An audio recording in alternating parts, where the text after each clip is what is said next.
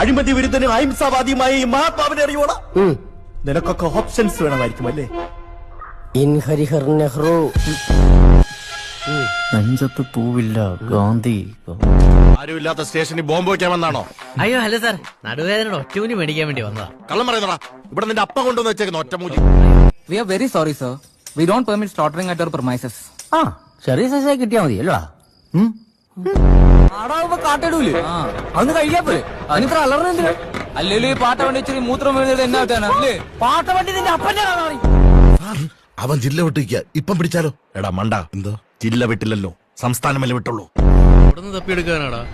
ഒറ്റമൂലി ഒറ്റമൂലി ഷാജേട്ട് ഹിന്ദിയിൽ വിളിച്ചാലേ അവർക്ക് ഒറ്റമൂലി മനസ്സിലാവും. എന്നാ നീ വിളി. ഒറ്റമൂൽ ഒറ്റമൂൽ. ഒറ്റമൂലി. അതെ, ഈ ഇന്ത്യയുടെ സംസ്ഥാനം ഏതാണ്? ബംഗാൾ.